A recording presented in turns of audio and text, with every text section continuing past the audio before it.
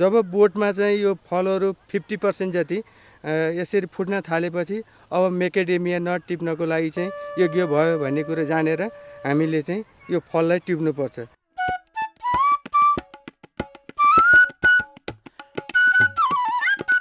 मेकाडेमिया जातको यी रुखहरूमा निकै स्वादिलो फल फल्छ। मेकाडेमियाको फल हेर्दा कटुस जस्तै तर कटुसभन्दा अलि ठुलो दाना हुन्छ। यसलाई फोड्न निकै कठिन हुन्छ। जापानिज कटुस भनेर पनि यो फललाई चिनिन्छ। निकै स्वादिलो र गुणकारी फलको अन्तर्राष्ट्रिय बजारमा राम्रो मूल्यमा बिक्री हुन्छ।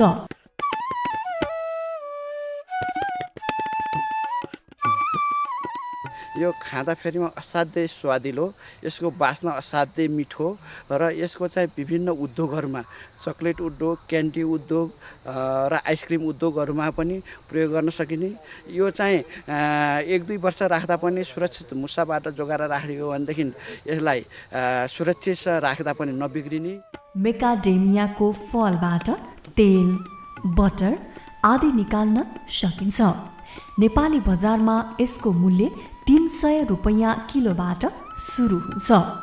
मेकाडेमियाको सुरुवात अस्ट्रेलियामा भए तापनि नेपालमा पनि यसको व्यावसायिक बगैँचा बनाउने काम सुरु भइसकेको छ। मेकाडेमिया नट भनेको अस्ट्रेलियाबाट आयातित एक किसिमको काजुको स्वादमा रहने फल हो। यसको स्वाद चाहिँ काजुको स्वादमा पाइन्छ। यसलाई चाहिँ नेपालीमा मान्छेहरूले चाहिँ जापानिज कटुस भनेर चिन्ने गर्छन्, तर वास्तवमा यो चाहिँ जापानिज कटुस होइन। मेकाडेमिया नटको बिरुवा नेपालको जमिनमा उपयुक्त भएको सम्बन्धी विज्ञहरू बताउँछन्। लगाउनु पर्ने ठाउँ मुख्य मैले कहाँ भने जहाँ चाहिँ असिना पर्छ त्यो ठाउँमा चाहिँ लगाउनु जस्तो उपयुक्त देखेँ। किन भन्दा अरू बालीको अरू फलफुलको फुल चाहिँ माथिपट्टि फर्केर फुल्छ र असिनाले एकचोटि हानिदियो भने जम्मै झर्छ, तर यसको फुल चाहिँ अर्किड जस्तो तलपट्टि फर्केर फुल्छ, जसले गर्दा असिनाले जति हाने पनि यसको आधाभन्दा उत्पादन घट्दैन। त्यस कारणले गर्दा अलि उच्च पहाडी भागमा जहाँ चाहिँ असिनाहरू पर्छ त्यस्तो ठाउँको लागि चाहिँ बढी उपयुक्त हुने जस्तो मान्दछु। हाम्रो यो मध्य पहाडी भागमा चाहिँ पूर्व मेचीबाट पश्चिम महाकालीसम्म जहाँ पनि रोप्न सकिन्छ यो चाहिँ। अनि यसको लागि चाहिँ यसमा चाहिँ अब मेन पावर कम चाहिने, अनि जस्तो पनि ठाउँमा अब रुखो डाँडा अब कल्सा जस्तोमा पनि अब राम्रोसँग हुने भएको हुनाले चाहिँ अब अहिले चाहिँ यो म्याकाडेमिया नट मैले चाहिँ लगाएको छु। अब यो चाहिँ अलिकति ठुलो भएपछि यो 5 वर्ष 6 वर्ष भएपछि चाहिँ यसको तल फेरि कफीको लागि स्वर्ग हुन्छ। अब कफी त्यसमा चाहिँ 1 नम्बर अर्ग्यानिक कफी उत्पादन गर्न सक्नुहुन्छ। दिनहुँ युवा जनशक्ति वैदेशिक रोजगारीमा जाने क्रमसँगै बाँझो बन्दै गएको जमिन, भिरपाखो मेकाडेमिया नटको बगैँचा हुर्क्याउने उपयुक्त थलो बन्न सक्छ। यो चाहिँ कस्तो भने खेतीयोग्य जमिनमा लगाउनुभन्दा अलिकति जुन भिरालो पाखो त्यस्तो जमिनमा लगाउँदाखेरि यसबाट चाहिँ बढी फाइदा हुने देखिन्छ। किन भन्दा खेतीयोग्य जमिनमा धान, गहुँ, मकै हाम्रो चाहिँ मुख्य खाद्यान्न बाली भएकोले यो चाहिँ अलिकति सहायक बालीको रूपमा चाहिँ यसलाई लिन सकिन्छ। मेकाडेमिया नट खेती गर्न सजिलो हुन्छ। यो फल ओसिलो तर पानी नजम्ने जमिनमा लगाउनु पर्दछ। यो फल सम्म तथा भिरालो जुनसुकै जमिनमा पनि खेती गर्न सकिन्छ। सामान्यतया pH 4.5 देखि 8 सम्म भएको माटोमा यो खेती गर्न सकिन्छ। त्यस्तै मेकाडेमिया नटको बिरुवा सपार्नका लागि मलमा नाइट्रोजन र पोटासियम तत्त्वको आवश्यकता पर्छ। मल प्रयोग गर्दा फस्फोरसको मात्रा कम भएको मल प्रयोग गर्नुपर्छ। पोखराको मालेपाटन स्थित नेपाल कृषि अनुसन्धान परिषदको नर्सरीमा मेकाडेमियाको बिरुवा उत्पादन गरिएको छ। सुरुमा बाल्टिनमा हामीले चाहिँ ल्याएर बाल्टिनमा हामीले तल बालुवा राख्छौँ, अनि एक त हामीले मेकाडेमिया नटको बिउ राख्छौँ 750 दाना चाहिँ एक बाल्टिनमा हुन्छ खास 5 केजी र साला खाला चाहिँ 1 केजीमा 150 दाना बिउको चाहिँ त्यति जान्छ। यो बिउले रोप्दाखेरि चाहिँ बाल्टिनमा राख्दाखेरि हामीले अब यसको चाहिँ यो भेट्नुपट्टिको भागलाई चाहिँ तलपट्टि पारेर यो अर्को भागलाई चाहिँ माथिपट्टि यसरी चाहिँ हामीले रोप्ने गरिन्छ। प्लास्टिक बाल्टिनमा राखिसकेपछि 20-25 दिनमा खोलेर हेर्दा मेकेडेमिया नटको दाना चाहिँ यसरी फुटेको देखिन्छ। यसरी फुटेको दानालाई यो 6 इन्च चौडाइ र 8 इन्च लम्बाइको पोली ब्यागमा यसको 2/3 भाग चाहिँ मल र माटो मिसाएर भर्ने। त्यसपछि यो मेकेडेमिया नटको फुटेको भागलाई चाहिँ यसको यहाँ माथि यसरी चाहिँ टक्क राखिदिने। हामीले बाल्टिनमा राखेर टुसायौँ। टुसाइसकेपछि कम्पोस्ट मल र माटो बराबर बनाएर यो हामीले जुन यो प्लास्टिक थैलोमा भरेर यसमा ल्याएर रोपेका छौँ। अब यो चाहिँ 20-25 दिनपछि बाहिर निस्किन्छ। बागवानी अनुसन्धान केन्द्र मालेपाटन पोखराबाट यसको बिउदेखि बिरुवासम्म वितरण गर्छौँ। यसको बिउ हामीले वर्षमा चाहिँ 300-400 किलोसम्म हामीले वितरण गरिरहेका छौँ, जुन चाहिँ किसान लेभलदेखि विभिन्न फार्मरले लैरहेका छन् भने त्यस्तै 3,000 देखि 4,000 बिरुवाहरू हामीले किसान लेभलमा वितरण गरिरहेका छौँ।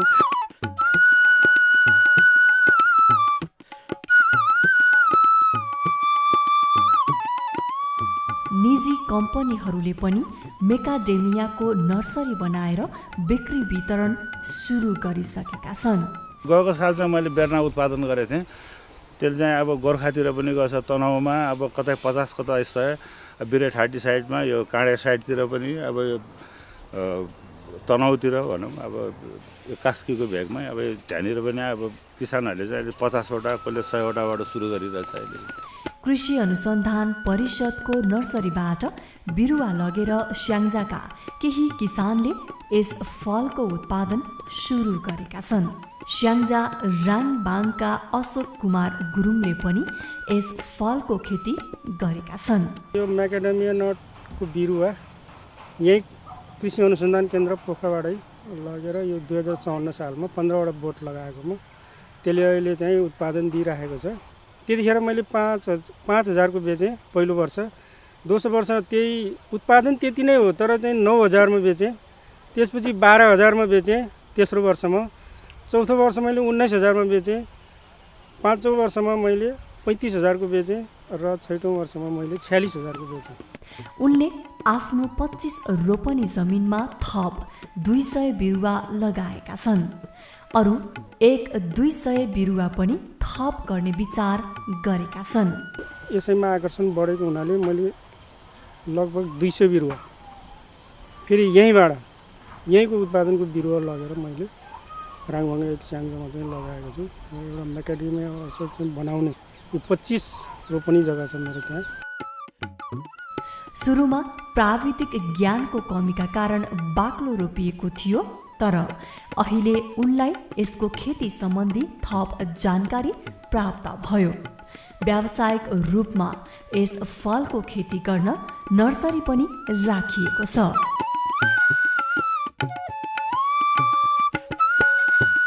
सहकारी संस्था समेत स्थापना गरेकाले आसपासका किसानहरू समेटेर व्यावसायिक रूपमा मेकाडेमिया खेती गर्ने उनीहरूको लक्ष्य छ।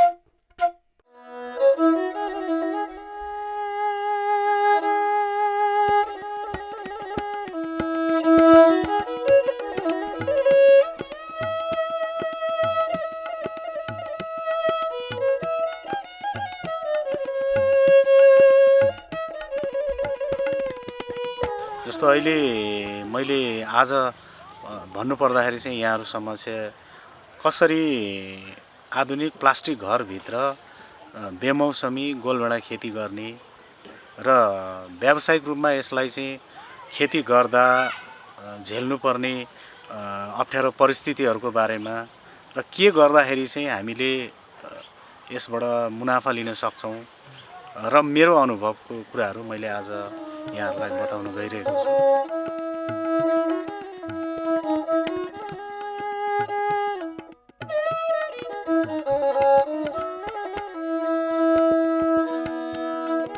यहाँ काठमाडौँको मौसम अनुसार मैले भन्नुपर्दाखेरि लगभग यहाँ चाहिँ हाम्रो फागुनको पहिलोदेखि हाम्रो तेस्रो हप्तासम्ममा बिउ ब्याड राखिन्छ। अहिले आधुनिक खेती प्रणाली अन्तर्गत विभिन्न प्लास्टिक ट्रेहरूमा सिडलिङ ट्रेहरूमा राख्ने र त्यसमा बिउ उमार्यो भने चाहिँ बढी स्वस्थ हुने बिउ र लगभग 90% बिरुवा चाहिँ राम्रो आउने त्यो तरिकाहरू पनि आएको छ अहिले आधुनिक खेती प्रणाली अन्तर्गत। जति पनि तत्त्वहरू मुख्य तत्त्व सहायक तत्त्व र सूक्ष्म खाद्य तत्त्वहरू जति पनि बिरुवालाई चाहिन्छ त्यो सबै कुराहरू हामीले मलहरू राखेर हामी जमिनको तयारी गर्छौँ। जब हामीले जमिनको तयारी गर्छौँ सम्पूर्ण मल खाद्य तत्त्वहरू सबै पूर्वाधार तयार गरिसकेपछि लगभग 1 हप्तादेखि 2 हप्ता भनौँ त्यति हामीले चिस्यान सहित हामीले जमिनलाई चाहिँ छोडिदिन्छौँ। छोडिसकेपछि उता बेर्ना तयार भइरहेको हुन्छ। स्वस्थ बेर्ना चाहिँ हामीले ल्याएर साँझको बेला हामी सार्छौँ र हामीले सार्दाखेरि तपाईँले हाँगा बढी राख्नुहुन्छ भने 50 देखि 60 सेन्टिमिटरको दूरीमा लगाउने र मैले चाहिँ त्यसो गर्छु। र हाँगा नछोड्ने हो भने चाहिँ 30 सेन्टिमा हामीले एउटै डाँठ राखेर ढल्काउँदै लान पनि सकिन्छ। त्यसरी गर्न सकिन्छ र परम्परागत खेती प्रणाली अन्तर्गत चाहिँ हामीले जमिनमा पनि बिउ ब्याड राख्छौँ। तर यो जति पनि देखिरहनु भएको छ यो चाहिँ हामीले आधुनिक खेती प्रणाली अन्तर्गत हामीले नर्सरीमा हामीले ट्रेमा पिटमस भन्ने जुन विदेशबाट आउँछ त्यसलाई राखेर अनि त्यसमा बिउ राखेर हामीले गरेका हौँ। नर्सरी बिउ ब्याडको हेरचाह गर्नुपर्छ। त्यसमा उम्रेदेखि 20-22 दिनदेखि 1 महिनाभित्रमा हामीले जमिनमा अर्को ठाउँमा हामीले प्लास्टिक घरभित्र सारिसक्नुपर्छ। हाम्रो यहाँ काठमाडौँमा चाहिँ फागुनमा बिउ राखेर लगभग चैत वैशाखदेखि हामीले रोप्न सुरु गर्छौँ र दोस्रो तेस्रो लट भनेको कतिपय किसानहरूले चाहिँ अहिले आएर असार साउन भदौसम्म पनि लगाउने प्रचलन छ।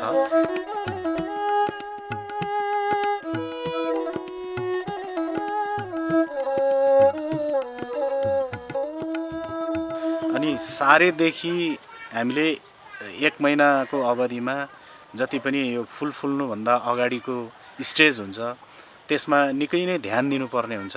त्यसपछि फुल फुलिसकेपछि फल लाग्नेसम्मको अवस्थामा पनि फेरि ध्यान दिनुपर्ने हुन्छ। प्राविधिक निगरानीमा बस्नुपर्ने हुन्छ। मेरो अनुभव अनुसार भन्नुहुन्छ भने चाहिँ मैले जति पनि गरिरहेको छु यो चाहिँ प्राविधिक निगरानीमा रहेर म आफैले पनि धेरै तालिमहरू लिएँ, धेरै अनुभवहरू बटुलेँ, देश विदेशका दक्ष प्राविधिकहरूसँग बसेर सिक्ने मौका पाएँ, कामहरू गर्ने मौका पाएँ। यसैको फलस्वरूप मैले अहिलेसम्म राम्रै गरिरहेको छु।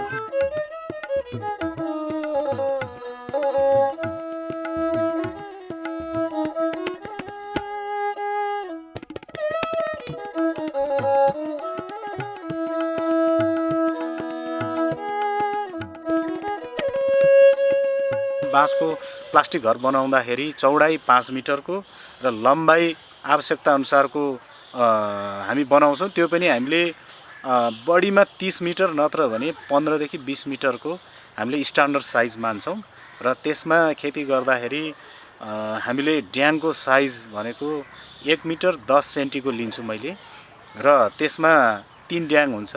3टा ड्याङमा हामी 2 लाइन गरेर 6 लाइनको रोप्छौँ।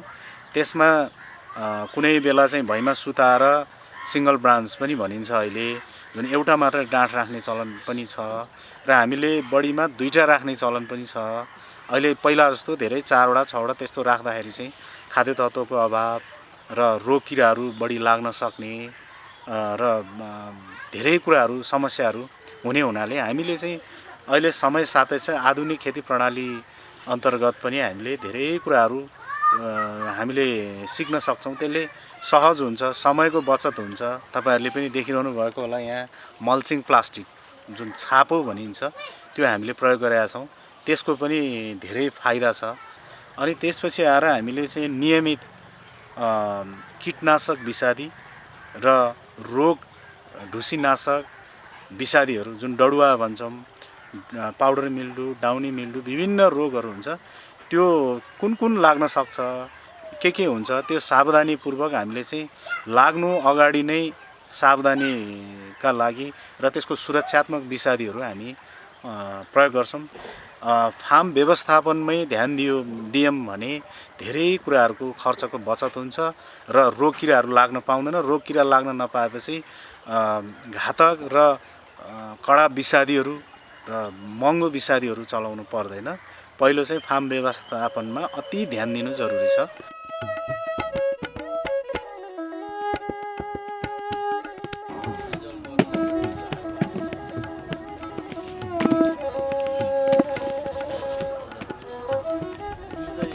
हामीले विदेशमा जुन देख्छौँ एल्युमिनियम यो स्टिल ट्रस्टहरू के त्यो गर्नै पर्दैन। आफ्नो स्थानीय साधन स्रोतमा जे छ सिर्फ यहाँले जग्गाको छनौट गर्दाखेरि बिहानदेखि बेलुकासम्म घाम लाग्ने पानीको स्रोत भएको र सम्भव भएसम्म चाहिँ बाटोको सुविधा भएको जसले गर्दा ढुवानीमा पनि यसले प्रभाव पार्दछ।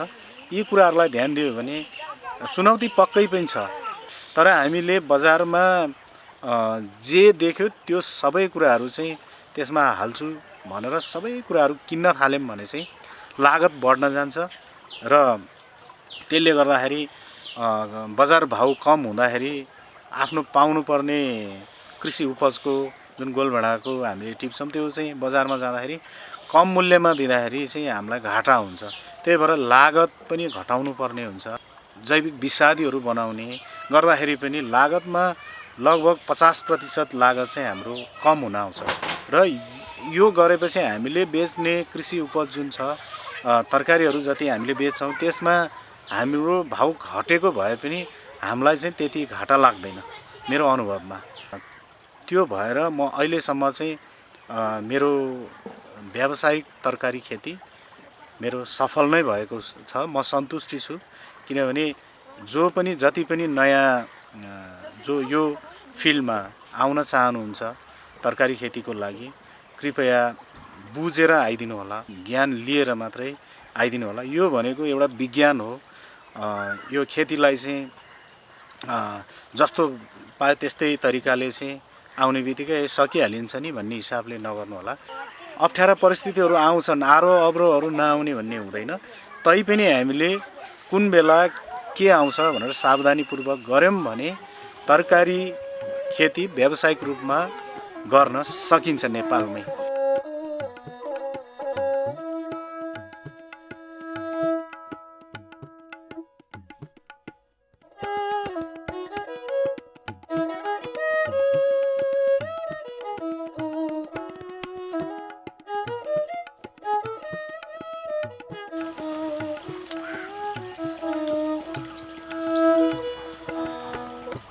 हामीले भोगिरहेको चाहिँ मल किन्दा नि 13% हामी तिरिरहेका छौँ, प्लास्टिकमा 13% तिरिरहेका छौँ, बिउमा त्यस्तै छ।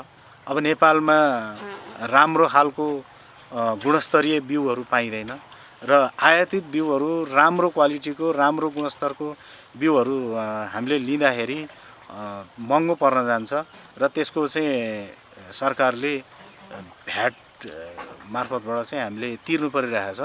यी कुराहरूलाई चाहिँ कस्तो किसिमले किसानलाई चाहिँ दिँदाखेरि यी कुराहरूबाट चाहिँ उसलाई असर पर्दैन भन्ने कुराहरू सम्बन्धित निकायले पनि ध्यान दिनु जरुरी छ। मेरो विचारमा चाहिँ सही किसानलाई किसानको वर्गीकरण हुनु पर्यो र वर्गीकरणको आधारमा सही किसानले व्यावसायिक रूपमा गरेको छ भनेपछि राज्यलाई कर पनि तिर्नुपर्छ र कर तिरे बापत उसले राज्यबाट अनुदान नभनौँ यसलाई सहज रूपमा हरेक कृषिजन्य सामग्रीहरू जुन उसलाई अति आवश्यक छ ती कुराहरूमा चाहिँ उसले छुट पाउनुपर्छ। अनि मात्रै त्यो गर्यो भने उसलाई अनुदान पनि चाहिँदैन र ऋण पनि चाहिँदैन।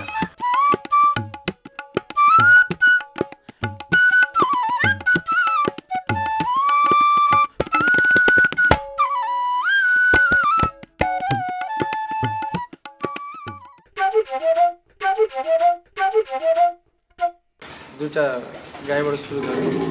अहिले क्रमशः बढाउँदैछौँ। अझ गाईको सेवा अरू पनि बढाउने क्रममा छौँ। जैविक मल हालेका छौँ। त्यो जैविक मल बिचमा राखिदियो अनि यो बिरुवा रोप्दा पनि अलिअलि मल राख्दैछु। त्यो मल र उसमा मिक्स भएर आइहाल्छ, रूपरङ आइहाल्छ। भागवत पुराण वाचक पण्डित अजित शरण उपाध्याय हुन् यिनी।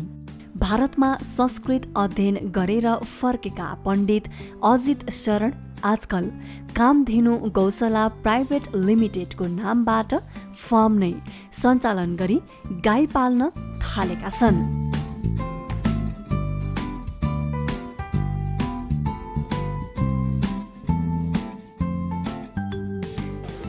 धार्मिक कार्य गर्दै जाँदा गाई पालनको काम पनि गरौँ भन्ने एउटा प्रेरणा। भागवत गर्दै जाँदा पनि विभिन्न ठाउँमा कम्युनिटी तरिकाले सामुदायिक रूपले गरौँ भन्ने सोच चाहिँ आएको हो। फेरि विविध त्यसका समस्याहरू देखेर कसैले साथ दिने, कसैलाई नदिने इत्यादि कुराहरू पनि देखियो। बरु एकपल्ट गरेर हेरौँ न आफैले नगरिकन अरूलाई भन्न पनि अलिक गाह्रो हुने भयो जस्तो लागेर अनि सुरुवात गर्ने सोच बनायो। सर्लाही नवलपुरको स्थानीय लखनदेही खोलाको किनारमा अजित शरणले बनाएको यो गोठमा 55 भन्दा बढी गाई छन्। 20 वटा गाईले दुध दिइरहेको छ भने 12 वटा गाई ब्याउने छन्। गाईले दिने दुध उनले स्थानीय बजारमा लिटरको 40 रुपैयाँमा बेच्छन्।